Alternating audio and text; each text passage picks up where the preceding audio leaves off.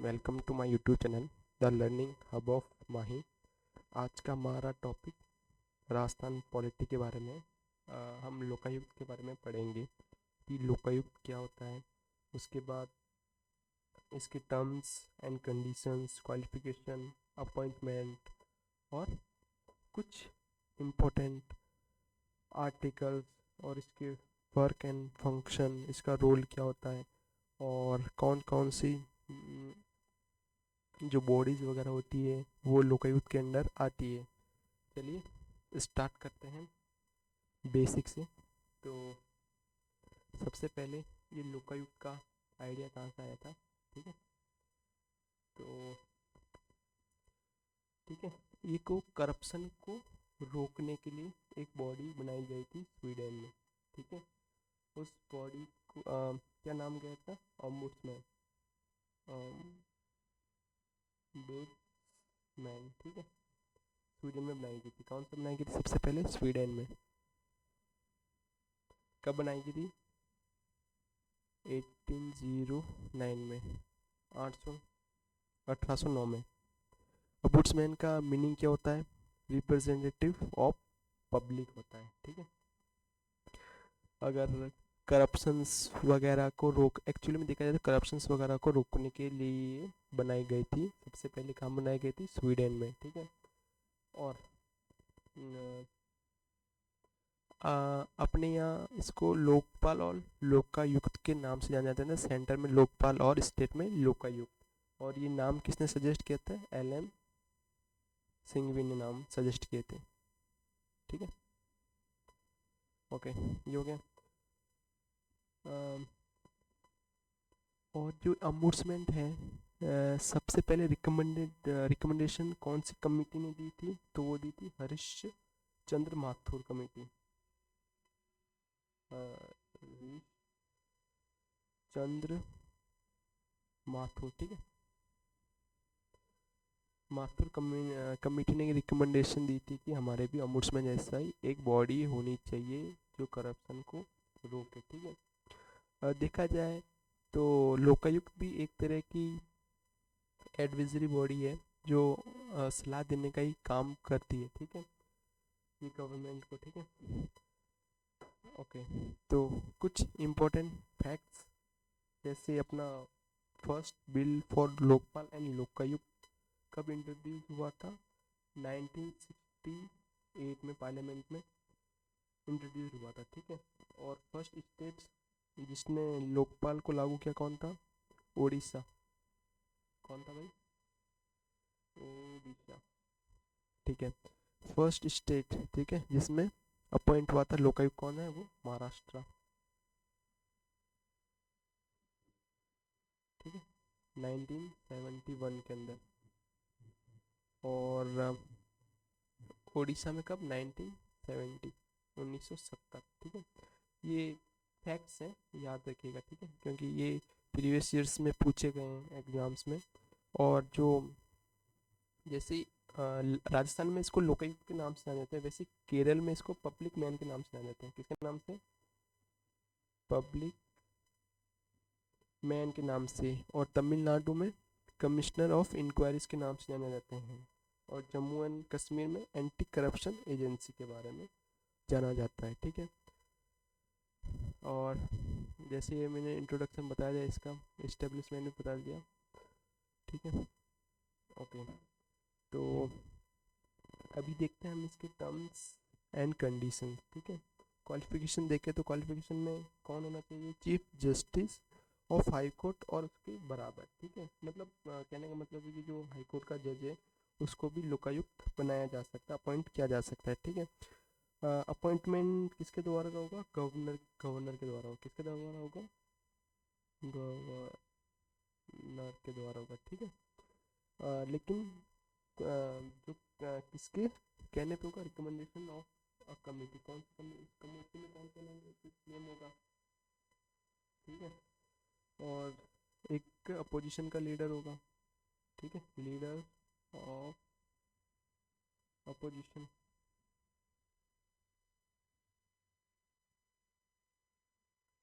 ठीक है, leader of opposition and chief justice of high court, ठीक है। तीसरा कौन होगा? Chief justice of high court. ठीक है, ओके। तो किन किन के कहने पे अपॉइंट करेगा? एक तो चीफ मिनिस्टर, अपोजिशन लीडर, और एक हो गया अपना chief justice of high court. ठीक है, ठीक है। और इसको हटाने की प्रक्रिया बहुत जटिल है। ठीक है, लाइक सेम, इसको कैसे हटाया जा सकता है?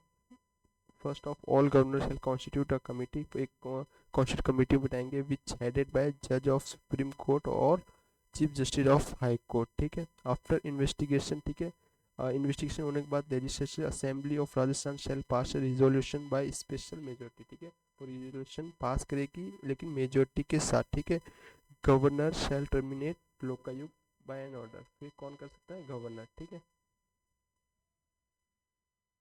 गवर्नर।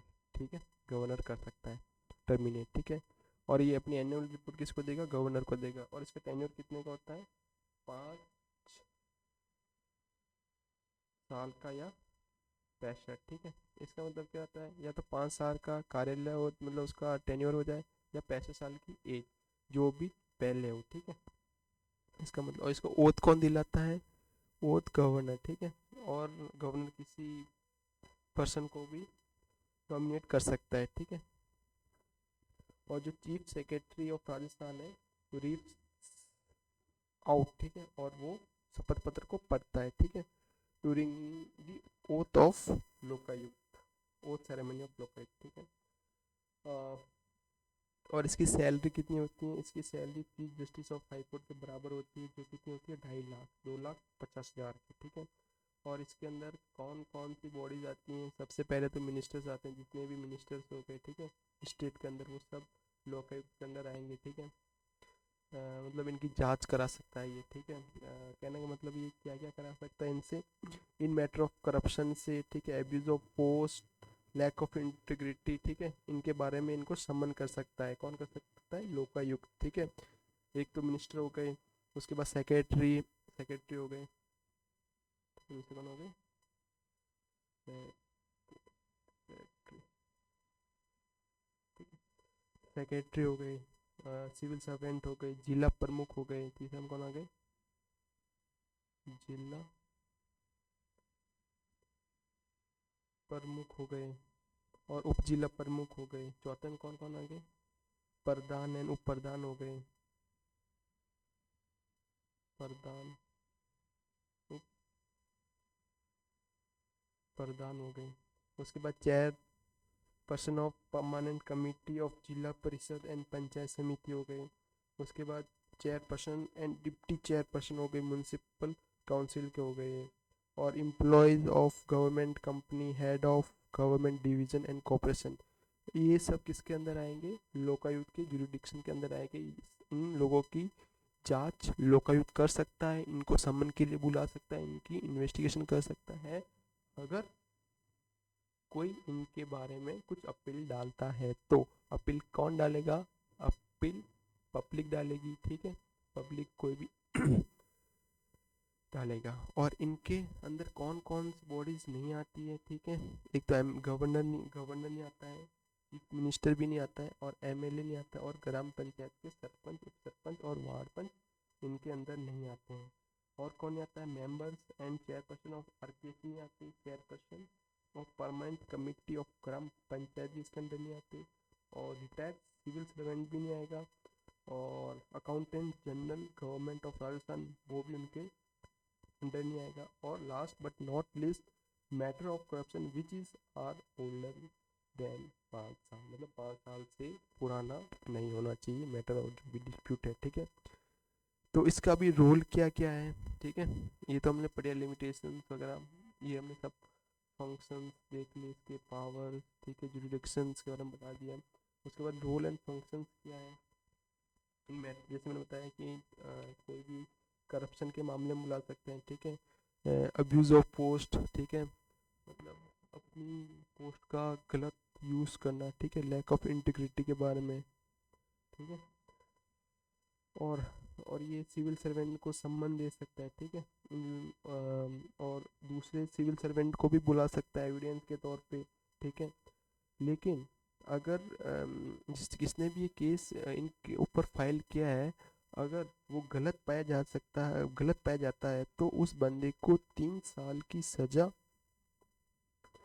और फाइन होगा in case of wrong complaint made by someone, ठीक है। अगर गलत कंप्लेन करता है तो तो ये था हमारा लोकायुक्त के बारे में, ठीक है, जिसमें हमने कवर किया, उसका बैकग्राउंड देखा और उसकी हिस्ट्री देखी, कहाँ से आया था, कब स्थापना हुई थी, अलग अलग नाम देख के क्वालिफिकेशन देखी, कौन टर्मिनेट कर सकता है, ठीक है, गवर्नर कर सकता है, ठीक है।